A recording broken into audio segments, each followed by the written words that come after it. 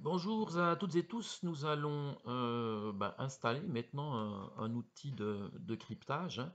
On va prendre quelque chose qui est libre, c'est GPG4 Win.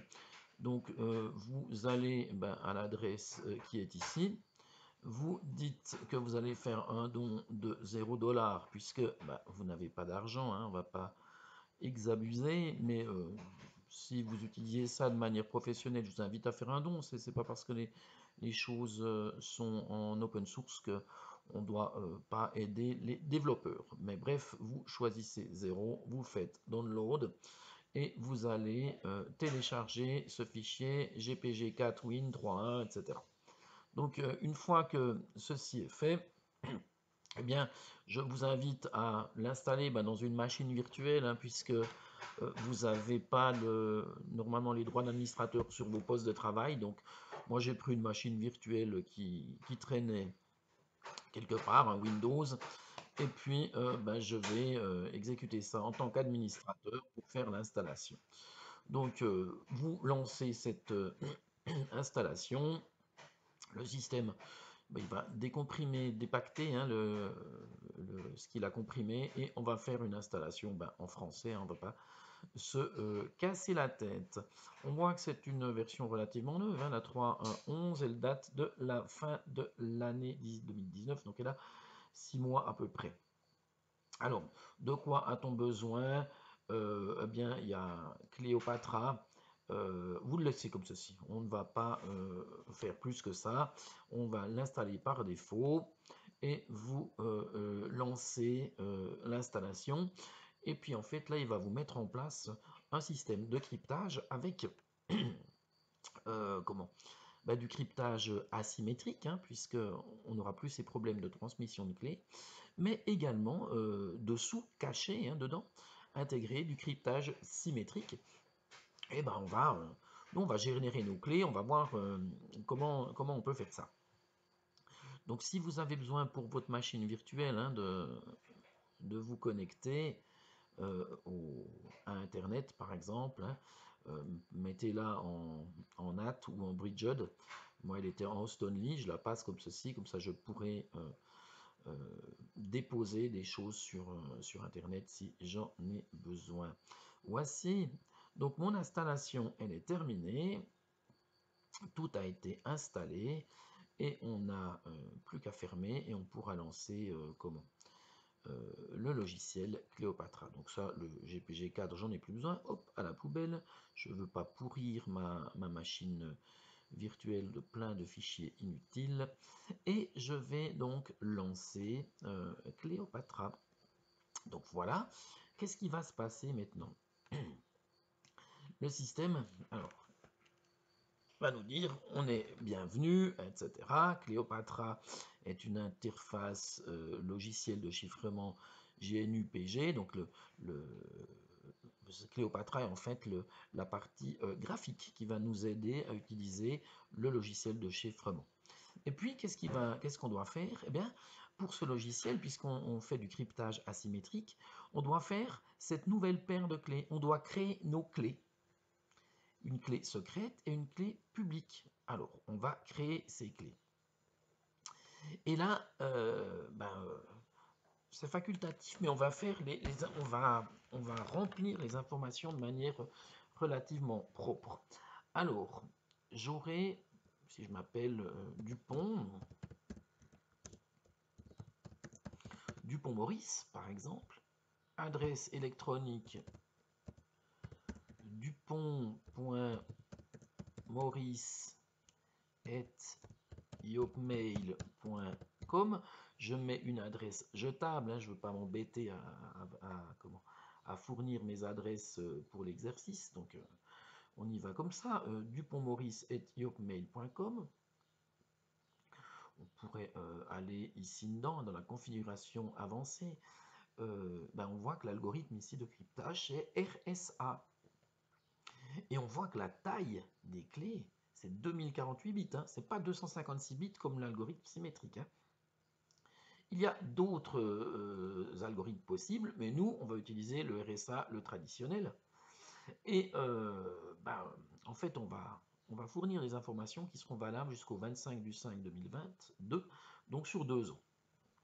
Pour le certificat, on verra ça un petit peu plus tard. Je continue. Donc voilà.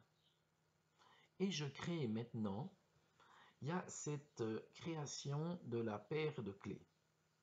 Et puis, ben, on a notre fameuse clé privée, hein, qu'on voudrait vraiment que personne n'ait. Mais si quelqu'un me vole mon ordinateur, il pourra aller trouver cette clé secrète, hein, ma clé privée, et puis il pourrait ouvrir tout ce que j'ai reçu comme fichier crypté, ce qui serait assez grave. Alors, le logiciel Cléopatra va la protéger, ma clé secrète. Et il me demande d'y mettre un mot de passe. Alors, je vais y mettre un mot de passe. Toto 24. Puis Toto 24, il n'aime pas beaucoup, c'est un peu court. Toto 24, 24, point d'exclamation, point d'exclamation. Toto 24, 24, point d'exclamation, point d'exclamation. J'ai donc ici un mot de passe de bonne qualité qui va me permettre de protéger ma clé secrète. C'est parti! Donc ici, pour l'exercice, hein, je vais vite sauver mon mot de passe, parce que je vais l'oublier, hein, on peut être sûr. Toto 24, 24, point d'exclamation, point d'exclamation. Voilà ce qu'on avait mis comme mot de passe.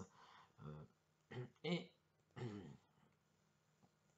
si on revient maintenant ici, eh bien, on voit que j'ai Dupont-Maurice, Yopmail, certifié, etc. Alors, maintenant, il faudrait que je puisse, ma clé publique, que je puisse l'exporter. Et on pourrait la rechercher, alors on pourrait la chercher sur un serveur. Il y a des outils, hein, ils ont fait beaucoup de choses. Et puis, moi, je souhaiterais, je vais faire déjà un fichier, je vais faire un fichier quelconque, enfin j'aimerais, pardon, moi, exporter, voilà. Et ceci, ce sera mon certificat, ma clé, si on veut, publique. Alors, ce qui serait intéressant maintenant, c'est d'avoir un endroit où on pourrait poser cette clé.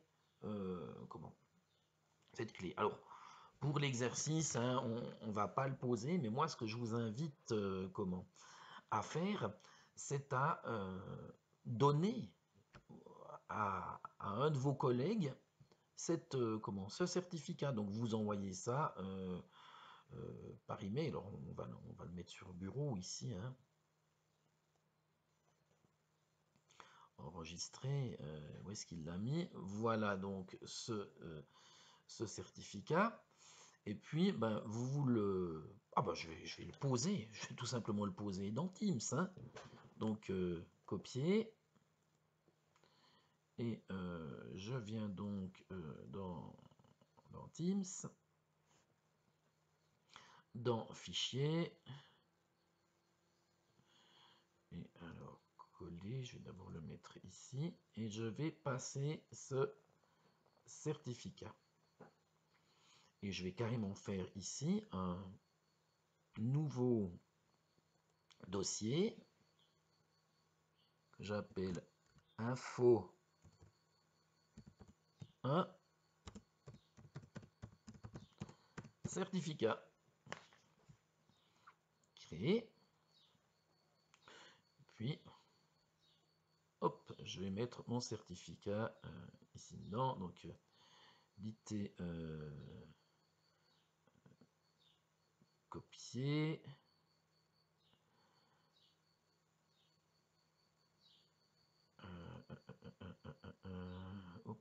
Qu'est-ce que je suis en train de faire là? Bon, je vais le mettre directement là. Donc, je le reprends. Voilà. Et puis, je mets ce certificat ici.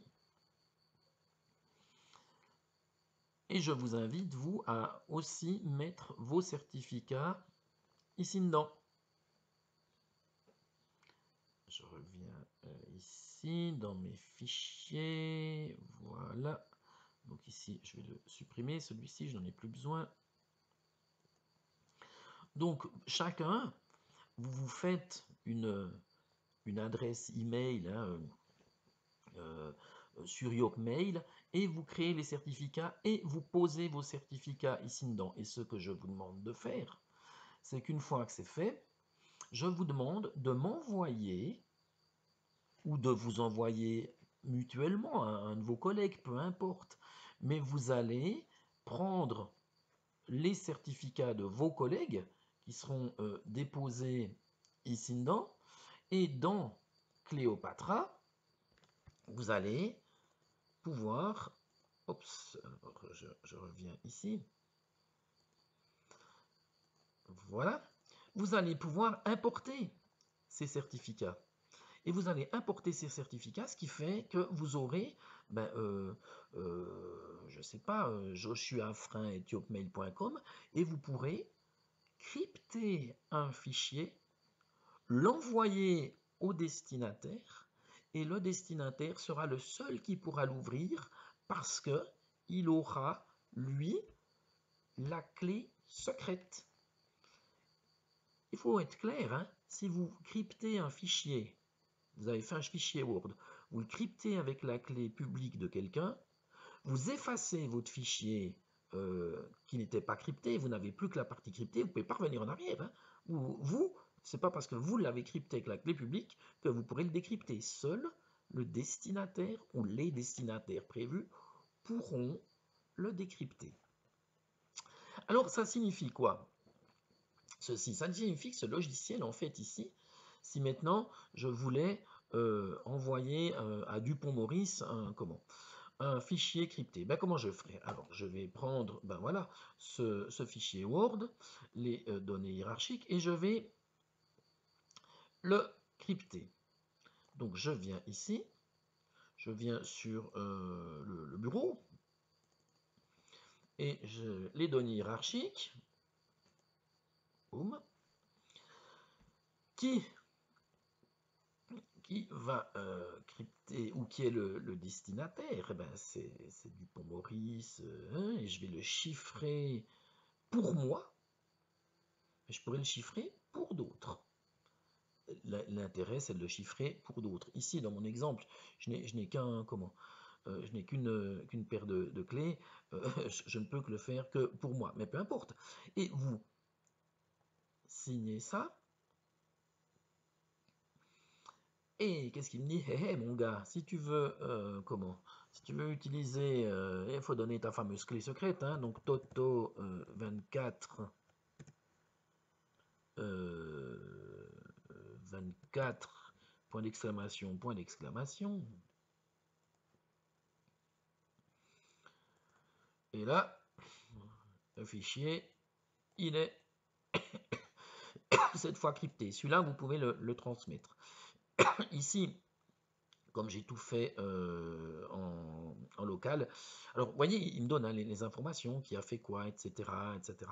Mais ce qui est intéressant maintenant, c'est pas de vous envoyer un fichier à vous-même, c'est de dire, OK, j'ai un fichier quelconque, et ce fichier quelconque, je souhaite l'envoyer à, prenez un de vos collègues à l'école, et vous allez importer son certificat, sa clé publique. Vous allez crypter ce fichier avec la clé publique de votre destinataire et vous allez lui envoyer ce fichier et lui doit pouvoir, avec Cléopatra, ouvrir ce fichier, le décrypter avec sa clé secrète. Voilà ce que je vous demande de faire pour qu'on comprenne comment fonctionne ce système de cryptage asymétrique. Mais ce qu'il faut bien se souvenir, c'est que quand on va crypter le fichier. Vous voyez, c'est un gros fichier ici. Hein. C'est un fichier qui fait, alors on va les voir, les propriétés, il fait, enfin un gros fichier c'est relatif, hein, mais il fait 215 kilos. Si je cryptais tout en asymétrique, ça prendrait du temps de le faire. Donc Cléopatra, qu'est-ce qu'il fait? il crypte en symétrique ce fichier, mais il transmet les clés en asymétrique. Donc on profite à la fois des avantages du cryptage symétrique et des avantages du cryptage asymétrique. C'est ce qu'on a ici, ça s'appelle un cryptage hybride.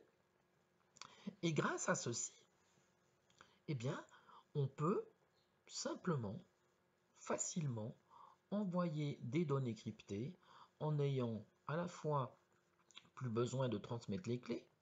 Chaque personne a deux clés, une clé publique et une clé privée. Qu'on ait 1, 10, 100 ou 1000 personnes, c'est toujours deux clés par personne. Donc on a cet avantage de la symétrique. On les transmet, il n'y a plus de problème de transmission puisqu'on ne transmet plus les clés, on met juste notre clé publique à disposition. Et puis derrière, Cléopatra, derrière lui, il va crypter en symétrique parce que c'est beaucoup plus rapide, beaucoup plus efficace. Et ce système est absolument génial parce qu'il tire avantage du cryptage symétrique, du cryptage asymétrique. Il prend le bon côté des deux pour avoir un système performant, efficace et qui règle les problèmes de clés. Voilà, donc ce que je vous demande maintenant de faire, c'est de, par exemple, prendre le certificat que j'ai déposé de Dupont-Maurice, crypter ce fichier, puis vous pouvez m'envoyer un fichier crypté, puis moi je devrais pouvoir le décrypter. Mais pour l'exercice, c'est plus simple si vous vous mettez d'accord avec un de vos collègues, puis vous lui dites, ok, moi je prends ton certificat, je crypte, je t'envoie un truc, tu décryptes, tu regardes si ça joue. Et puis après, on fait l'inverse. Toi, tu prends un fichier, tu prends ma clé publique, hein, mon certificat, tu cryptes, tu m'envoies et je décrypte. Et comme ça, vous serez sûr que vous savez manipuler des données cryptées avec ce système. Voilà, pour toutes et tous, je vous souhaite une bonne journée et une bonne pratique dans ce dernier exercice, puisque nous arrivons eh bien, au bout hein, de nos travaux, puisque nous aurons encore le lundi de Pentecôte où nous n'aurons pas cours. C'est donc la dernière fois qu'on se voit. Et je vous invite, hein, vous regarderez bien que vous ayez fait tous les questionnaires, que vous ayez vu toutes les vidéos, regardez tout ce qui a été fait, puisque l'examen sera basé naturellement là-dessus. Je vous souhaite, mesdames, messieurs, une bonne fin de journée. Je suis naturellement toujours à votre disposition. Si vous avez des questions, si quelque chose n'est pas clair, vous pouvez m'appeler. Je suis sur Teams pendant les heures de cours, mais j'y suis aussi à d'autres moments pendant d'autres cours. Donc je suis disponible. Vous n'hésitez pas à me contacter. Bonne journée, au revoir.